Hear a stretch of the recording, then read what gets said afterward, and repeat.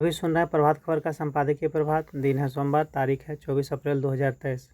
विषय है जनसंख्या नियंत्रित करने का वक्त। यह आलेख लिखे हैं आशुतोष चतुर्वेदी, जो प्रधान संपादक हैं प्रभात खबर के। सोशल मीडिया पर ऐसे लोग बड़ी संख्या में मिल जाएंगे जो इस बात से गदगद हैं कि जनसंख्या के मामले में भारत ने चीन को पछाड़ दिया है। लेकिन इतनी बड़ी जनसंख्या पर केवल ताली बजाने से कुछ नहीं होगा। यह एक बड़ी चुनौती भी है। इतनी बड़ी संख्या में लोगों को शिक्षा, रोजगार और नागरिक सुविधाएं उपलब्ध कराना अपने आप में टेढ़ी खीर है। संयुक्त राष्ट्र जनसंख्या फंड की ओर से जारी आंकड़ा के अनुसार भारत की जनसंख्या 142 करोड़ 86 लाख हो चुकी है, जबकि चीन की जनसंख्या 142 करोड़ 57 लाख है। भारत अब दुनिया में सबसे ज़्यादा आबादी वाला देश बन गया है। जनसंख्या के मामले में भारत को आगे निकलना भी चीन को नागवार गुजरा है। चीन के विदेश मंत्रालय के प्रवक्ता ने कहा है कि जनसंख्या लाभांश मात्रा संख्या पर नहीं बल्कि गुणवत्ता पर निर्भर करता है। उन्होंने कहा है कि चीन की आबादी अब 1.9 अरब से ज़्यादा है और यहाँ कामकाजी उम्र के लोग 90 करोड़ हैं। कामकाजी लोगों की इतनी बड़ी संख्या कहीं नहीं है। जाहिर है कि उनका इशारा भारत की ओर था। संयुक्त राष्ट्र की रिपोर्ट में कहा गया है कि भारत में 14 साल तक की उम्र वाली 25% यानी लगभग 35 करोड़ आबादी है। चीन में यह आंकड़ा 17% यानी 24 करोड़ है। भारत में 15 से 64 साल उम्र वाले 68% यानी लगभग 97 करोड़ लोग हैं। चीन में यह आंकड़ा 69% यानी 98 करोड़ हैं। भारत में 65 साल से ज़्यादा उम्र के 7% यानी करीब 10 करोड़ लोग हैं। चीन में यह संख्या 14% यानी लगभग 20 करोड़ है। कहने का आशय यह है कि भारत युवा आबादी वाला देश है, वहीं चीन बुजुर्गों का देश बन गया है। चीन में जीवन काल भारत की तुलना में बेहतर है। चीन में पुरुषों की औसत उम्र 76 साल और महिलाओं की औसत उम्र 82 साल है। इसकी तुलना में भारत में पुरुषों की औसत उम्र 74 साल और महिलाओं की औसत उम्र सिर्फ 71 साल है। कुछ दशक पहले चीनी सरकार ने एक बच्चे वाली नीति लागू कर दी थी, जिसका नतीजा यह रहा कि लोगों ने बच्चे पैदा करना छोड़ दिया। अब चीन सरकार कह रही है कि जो दंपति 2 या इससे अधिक बच्चा पैदा करेंगे तो उन्हें कई सुविधाएं मिलेंगी। यूरोप भी जनसंख्या दर में कमी से जूझ रहा है। जापान में भी यही स्थिति हो गई है। वहाँ युवाओं की तुलना में बुजुर्गों की संख्या अधिक हो गई है। भारत में जनसंख्या नियंत्रित करने के उपाय तो हुए हैं, लेकिन उनकी दिशा ठीक नहीं थी। इमरजेंसी के दौरान संजय गांधी ने जनसंख्या नियंत्रण के लिए व्यापक पैमाने पर जबरन नसबंदी करने की कोशिश की थी। नतीजा यह निकला कि इंदिरा गांधी की सरकार चली गई, लेकिन सबसे ज़्यादा नुकसान यह हुआ कि नेता जनसंख्या नियंत्रण का नाम लेते ही भय खाने लगे। लंबे समय तक देश के विमर्श से जनसंख्या नियंत्रण गायब रहा। अरसे बाद प्रधानमंत्री नरेंद्र मोदी लाल किले से घोषणा कर जनसंख्या नियंत्रण को राष्ट्रीय विमर्श के केंद्र में लाए। लेकिन आज भी स्थिति यह है कि किसी भी दल के एजेंडे में बढ़ती जनसंख्या नहीं है और न ही यह कोई चुनावी मुद्दा है। गंभीर बात यह भी है कि समाज में भी इसको लेकर कोई विमर्श नहीं है। संयुक्त राष्ट्र की रिपोर्ट के बारे में तो इस पर गंभीर विमर्श की आवश्यकता है। देश में ऐसे भी लोग मिल जाएंगे जो बिना जाने बूझे जनसंख्या नियंत्रण के विरोध में खड़े हैं। जनसंख्या के पक्ष में एक तर्क दिया जाता है कि इसने हमें दुनिया का बड़ा बाजार बना दिया है, जिसके कारण हर विदेशी कंपनी भारत आना चाहती है। जान लीजिए कि बढ़ती जनसंख्या का असर बहुआयामी है। इस बढ़ती आबादी को शिक्षा, रोजगार, स्वास्थ्य सुविधाएं, घर और पीने का स्वच्छ पानी उपलब्ध कराना एक बड़ी चुनौती है। इसके कारण खाद्यान्न का संकट उत्पन्न होता है, बेरोजगारी की समस्या उत्पन्न होती है। इसके कारण अनेक सामाजिक समस्याएं उत्पन्न हुई हैं। जीवन पर बोझ बढ़ा है, जिसने पारिवारिक संघर्ष को जन्म दिया है। जनसंख्या का सीधा संबंध शिक्षा से भी है। अधिकांश शिक्षित परिवार में अपना बच्चों की संख्या सीमित ही पाएंगे, लेकिन शिक्षा के अभाव के नतीजे हाथ उतनी अधिक कमाई जैसे तर्क पर चल पड़ता है और अशिक्षित माता पिता अधिक बच्चे पैदा करने लगते हैं। बिहार और उत्तर प्रदेश में 30.4 करोड़ से ज़्यादा लोग बसते हैं, यानी देश की 1/4 आबादी केवल 2 राज्य में ही बसती है। बड़ी जनसंख्या राष्ट्रीय दृष्टि से महत्वपूर्ण हो सकती है, लेकिन इससे उत्पन्न होने वाली समस्या अत्यंत गंभीर है। उत्तर प्रदेश और बिहार जैसे बड़ी आबादी वाले राज्यों में हम अभी बुनियादी समस्याओं को हल नहीं कर पाए हैं। अनेक क्षेत्रों में उल्लेखनीय उपलब्धि के बावजूद बिहार, उत्तर प्रदेश और झारखंड प्रति व्यक्ति आय के मामले में पिछड़े हुए हैं। हम आज भी शिक्षा, स्वास्थ्य, बिजली और पानी जैसे बुनियादी समस्याओं से जूझ रहे हैं। लंबे समय तक जनसंख्या वृद्धि को सामाजिक नज़रिए से देखा जाता था, लेकिन ब्रिटिश अर्थशास्त्री थॉमस रॉबर्ट्स माल्थस ने 1798 में इसे आर्थिक नज़रिए से इसे देखा और जनसंख्या के सिद्धांत के रूप में इसके प्रभावों को व्यापक की।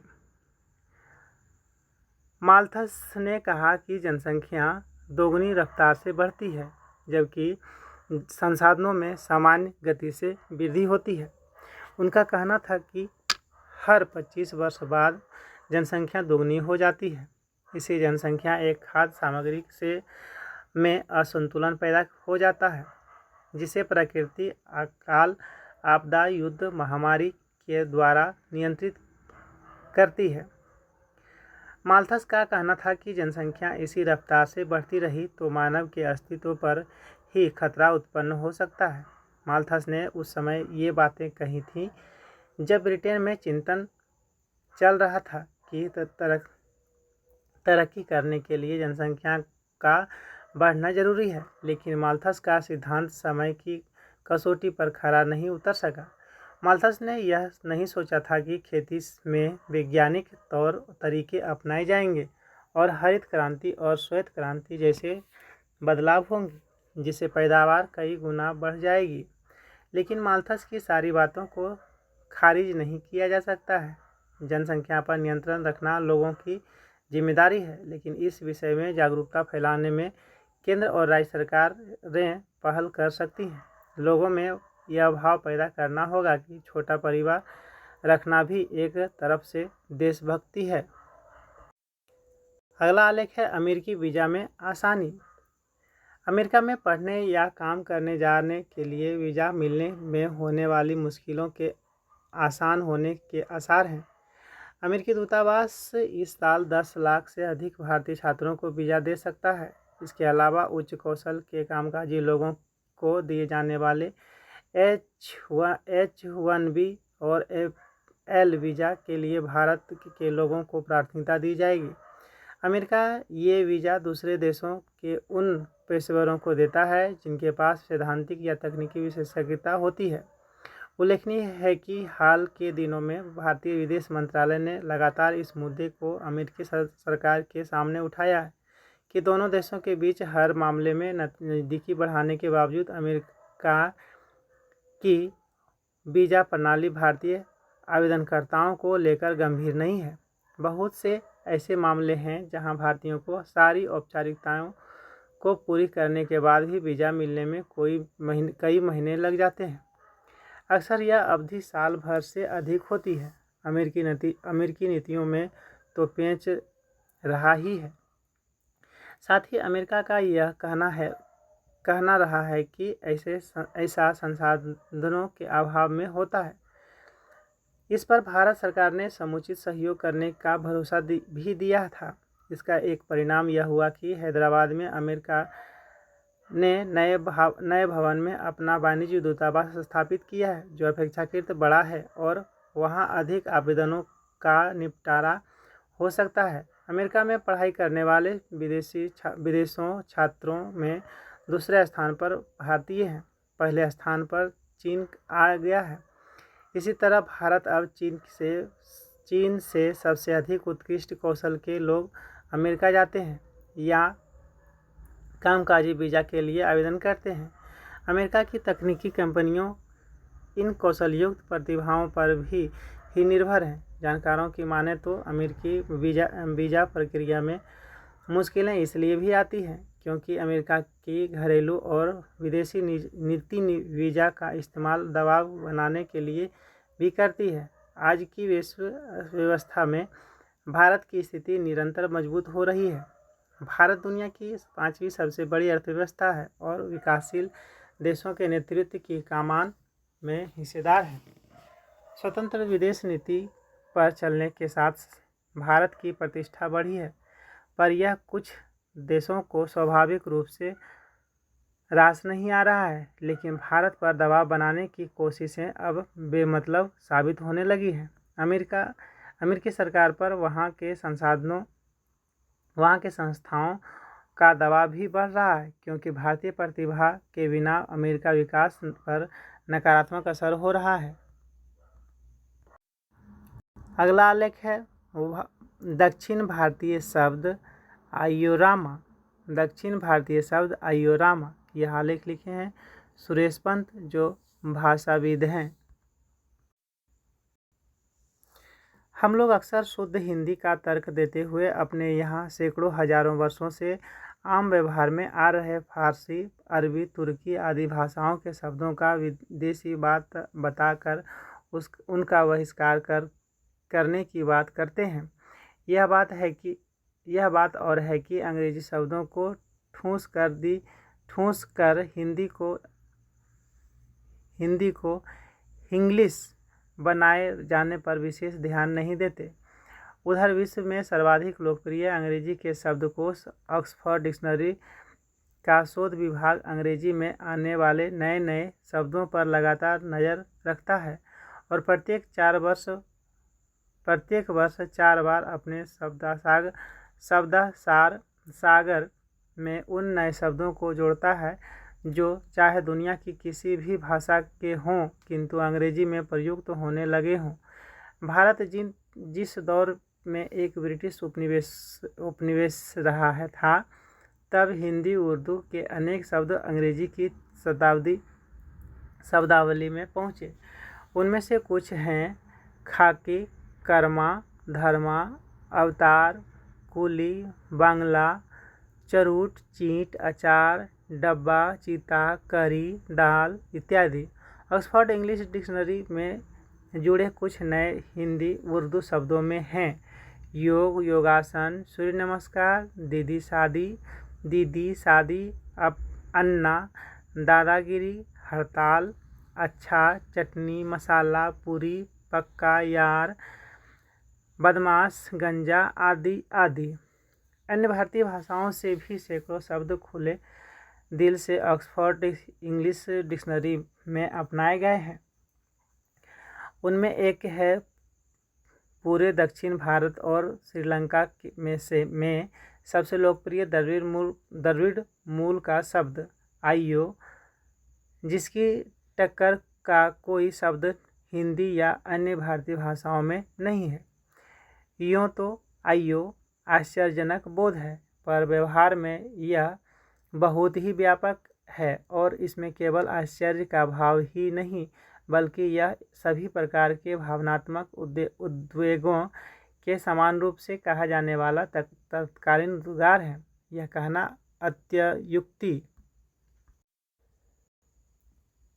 नहीं होगी कि इस अय्यो में नाट्यशास्त्र के सभी नवरसों की अभिव्यक्ति हो सकती है। रसाचार्य उत्तरारामचरित में श्रृंगार और करुण रस के मेल को बेमेल बताते रहे, परस्पर विरोधी रसों की बात करते रहे। कहीं कहीं रस परिकार न होने पर रसाभास की संभावना बताते रहे, किंतु अकेला अय्यो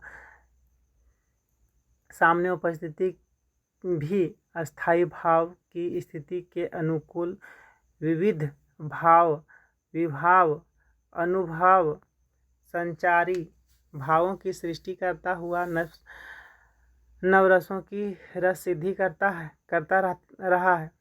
किसी बच्चे को उसकी प्रिय चॉकलेट मिलने पर, किसी प्रियजन के बीमार होने या उसका निधन हो जाने पर, सड़क पर कीचड़ गड्ढे या किसी दुर्घटना को देखने पर, घर में कोई छूट-फूट, कहल कलेश, आरोप प्रत्यारोप पर, किसी भी प्रकार के भय की आशंका पर, गर्भवती की बेचैनी पर, प्याले में मक्खी गिर जाने पर, जुए में हार जाने पर या लाखों की लॉटरी लग जाने पर, और ऐसी ही अनंत स्थितियों में मुख से स्वतः फूटने वाला पहला शब्द होता है अय्यो। अय्यो पापा क्या कहेंगे, अय्यो मैं गिर पड़ा, अय्यो आग लग गई, अय्यो कितना सुंदर बेबी, अय्यो हिम्मत तो देखो इसकी, अय्यो मेरी उंगली कट गई, अय्यो हाउ कट यू। कुल मिलाकर अनंत संभावनाएं और परिणाम यह है कि हिंदी, अंग्रेजी या किसी भाषा में, दक्षिण भारतीय भाषाओं में, विशेषकर तमिल में प्रयुक्त अय्यो के समतुल्य आश्चर्य बोधक शब्द उपलब्ध नहीं है, जो अकेला हर प्रकार के भय, विस्मय, शोक या प्रसन्नता के भाव को व्यक्त कर सके। अय्यो का हिंदी में अनुवाद करते हुए अवसर से अनुकूल हे भगवान, हाय, अरे, आहा, ओहो, ओहो, ओह, उई, वाह अर्थात किसी भी विषय सूचक अवयव का प्रयोग संदर्भ में अनुसार किया जा सकता है। अय्यो का ऑक्सफोर्ड इंग्लिश डिक्शनरी के अनुसार चीनी मंदारिनी मूल का बताया गया है,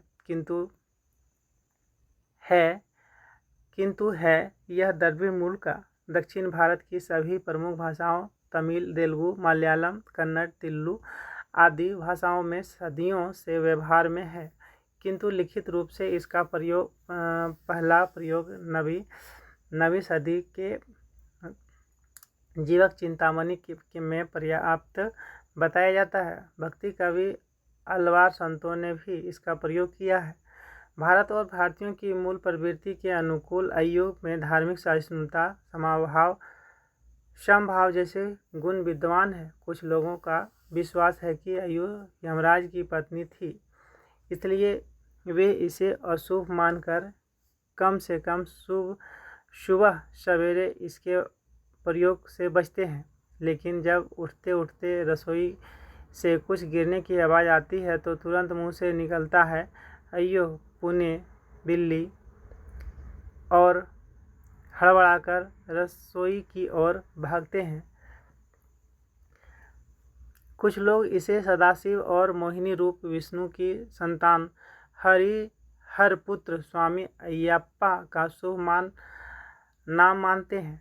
अय्यो का प्रयोग केवल आस्तिक हिंदुओं तक ही नहीं, यह हिंदू, मुस्लिम, ईसाई, फारसी, आस्तिक, नास्तिक सब में समान रूप से पाया जाता है। जब अजब गजब किस्से होते हैं, शब्दों के वे अंतर महाद्वीपीय यात्राएं करते हैं, स्वरूप बदलते हैं, पुरानी केचुल छोड़कर नए अर्थ ग्रहण करते हैं, नए समाज के अनुकूल ढलते बनते हैं, और हम अपने पूर्वाग्रह के कारण उनसे बचते हैं, उनका तिरस्कार करते हैं और पवित्रता का आडंबर करते कुएं के मेढक बने रहते हैं। अय्यो रामा। अगला आलेख है समलैंगिक विवाह में नाराज फूफा जी। यह आलेख लिखे हैं आलोक पुरानी के, जो एक एंकर हैं। सेम सेक्स मैरिज पर चर्चा चल निकली है। पुष्पा वेट्स रेखा। जोरावर सिंह वेट्स बख्तावर सिंह टाइप शादी कार्ड आने लग जाए तो क्या होगा? यह सवाल उठाना ज़रूरी हो गया कि इधर मेरे स्टूडेंट ने एक धंधा शुरू किया है। वह सुबह से एक पॉलिटिकल पार्टी से पूछता है कि बताओ किनको निपटाना है आज टीवी डिबेट में। फिर वह अपोजिट पार्टी से कहता है मेरे पास आपकी विरोधी पार्टी को उखाड़ने का बहुत मैटर है। तो उसी स्टूडेंट ने सेम सेक्स मैरिज के फेवर में और सेम सेक्स के अगेंस्ट कुछ तर्क तैयार किए हैं। वे यूँ हैं, सेम सेक्स मैरिज का एक फ़ायदा यह है कि इसमें नाराज़ फूफा जी का रोल ख़त्म हो जाता है। फैमिली इतनी नाराज़ हो जाती है कि कोई भी न आता तो फूफा जी के आने का भी सवाल न उठता, तो उनके नाराज़ होने का सवाल भी न उठता। भारत की परंपरागत शादियों में लड़के वाले फोकटी में भाव खाते हैं। फोकटी में परेशान करते हैं कि चाय में चीनी 2.5 चम्मच है जबकि 2 चम्मच डालनी चाहिए। लड़के वाले मार मचाते हैं कि दूल्हे को दोस्तों का यह अधिकार संवैधानिक माना जाए कि वह दारू पीकर बदतमीजी कर सके। सेम सेक्स मैरिज में अगर पुष्पा रेखा से शादी कर रही है या जोरावर सिंह बख्तार सिंह से, तो दोनों साइड के लोग ही लड़के वाले हैं या लड़के वाले हैं तो लड़का ही ना होगा। सेम सेक्स मैरिज का एक फ़ायदा यह है कि खर्च कम हो जाएंगे। हस्बैंड से सूट शर्ट पर अलग खर्च न होगा। दोनों ही साड़ी और दोनों ही सलवार सूट या शर्ट सूट के इस्तेमाल कर सकेंगे। जो सूट जोरावर सिंह ने सगाई में पहना था वो सूट बख्तार सिंह शादी में पहन लेंगे। गोल्डन इंडस्ट्री में बाहर आ सकती है। जोरावर सिंह और बख्तार सिंह दोनों ही मंगलसूत्र पहनेंगे। एकता कपूर और करण जौहर की नई क्रिएटिविटी दिखाने का मौका मिलेगा। एकता कपूर के सीरियलों में यूँ हो जाएगा कि मिहिर का शादी से बाहर अफेयर अब किसी मुक्ता से न होगा। मिहिर कपूर मुन्नू के साथ फंस सकते हैं। जोरावर सिंह बख्तार सिंह से दुखी हो सकते हैं कि तीसरा जंगजू प्रसाद सिंह से उनके रिश्ते में आ गए हैं। लव ट्रायंगल के रिश्ते बदल जाएंगे। पुरानी कई फिल्में लव ट्रायंगल पर बनी हैं, पर सेम सेक्स मैरिज को लेकर कुछ टेंशन भी है। जैसे अगर डर जैसी सुपरहिट फिल्म का अगर रीमेक बने तो हो सकता है कि नए हालात में शाहरुख खान जूही चावला के लिए मार नहीं मचाएगा। वह सनी देओल के लिए अफेयरबाजी कर रहा होगा। संभावनाएं अपार हैं तो संभावनाएं भी अपार हैं और आशंकाएं भी अपार हैं। कठिन डगर है सेम सेक्स मैरिज की। अगला आलेख है देश दुनिया से। थाईलैंड के चुनावी परिणामों की पड़ताल। थाईलैंड की विपक्षी दल फ्यू थाई पार्टी ने हाल ही में एक रैली में घोषणा की है कि वह अगले महीने होने वाले आम चुनाव के बाद गठबंधन सरकार बनाने में पलांग प्रचारत पार्टी के साथ नहीं आएगी। फ्यू थाई का लक्ष्य संसद के 500 सीटों में से कम 310 पर जीत हासिल करना है। कई सर्वेक्षणों में भी कहा गया है कि फ्यू थाई सरकार बनाने के लिए सबसे लोकप्रिय विकल्प है कि हालांकि यह प्रश्न भी बना हुआ है कि क्या पार्टी एक दलीय सरकार का गठन कर सकती है या प्रधानमंत्री का पद भी प्राप्त कर सकती है। इस संभावना के बावजूद कि पार्टी सबसे अधिक संसदीय सीट जीतेगी, उसे सरकार बनाने के लिए काफ़ी चुनौतियों का सामना करना पड़ेगा, जिनमें यह तथ्य भी शामिल है कि 250 अनिर्वाचित सीनेट भी अगले प्रधानमंत्री के चुनाव के लिए मतदान करेंगे।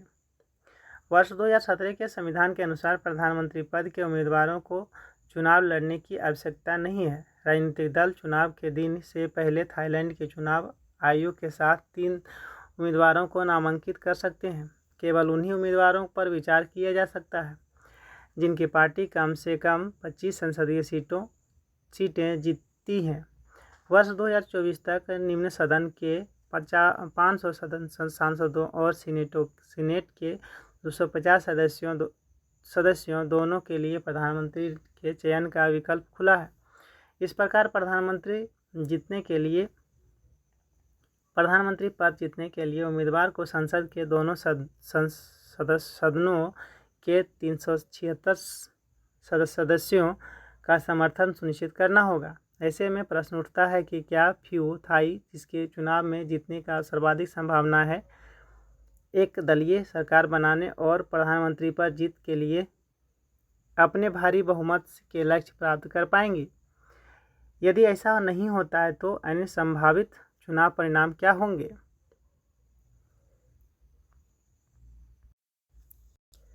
अगला आलेख है प्रकृति के इशारे का समझना जरूरी। प्रकृति के इशारे को समझना जरूरी। किसी भी देश की अच्छी अर्थव्यवस्था में कृषि का काफ़ी योगदान होता है। अच्छी फसल के लिए बारिश जरूरी है, लेकिन दुर्भाग्य से प्रकृति में काफ़ी बदलाव आया है। इसके कई कारण हैं, जैसे पेड़ों की अंधाधुंध कटाई, आधुनिक उपकरणों का उपयोग। आदमी ने अपने लाभ के लिए प्रकृति का दोहन किया, जिससे इकोलॉजी गड़बड़ हो गई।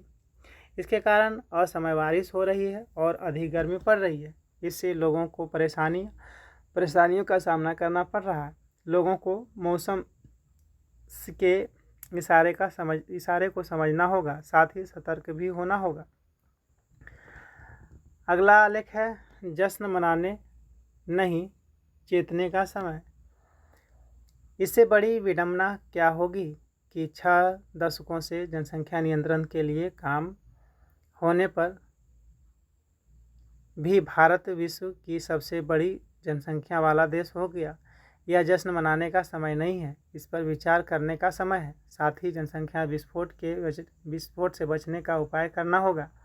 संयुक्त राष्ट्र की एक रिपोर्ट के अनुसार भारत की जनसंख्या चीन की जनसंख्या के लगभग 40 लाख से अधिक है।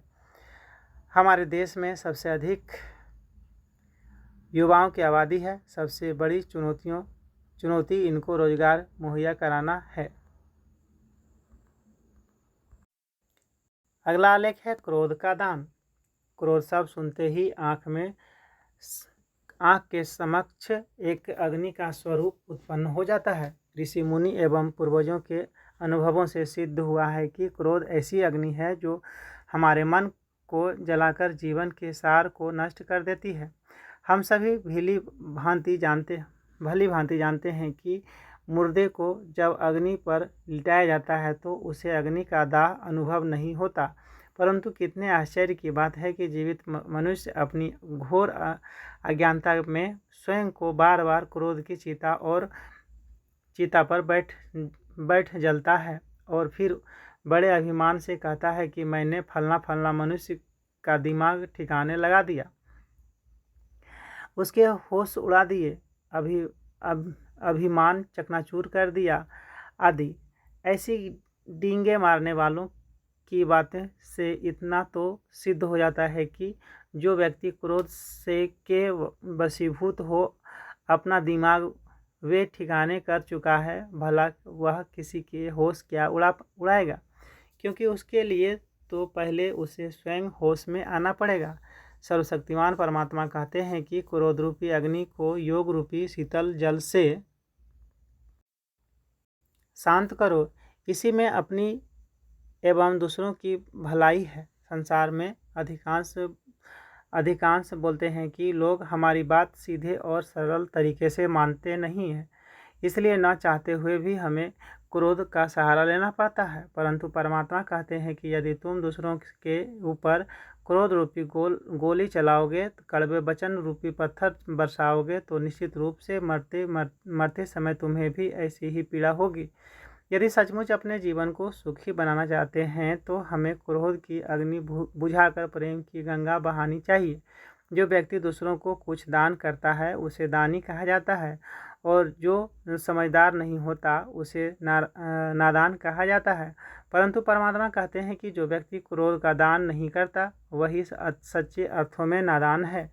इसलिए ऐसे व्यक्ति का कल्याण कभी संभव नहीं हो पाता। तो यदि आप अपना कल्याण चाहते हैं एवं जीवन में सुखी शांति की कामना रखते हैं तो क्रोध का दान करें और क्रोध रूपी ग्रहण से अपने आप को मुक्त करें। तभी तो कहते हैं दे दान तो छूटे ग्रहण। इसी के साथ आज का संपादकीय प्रवाद समाप्त होता है।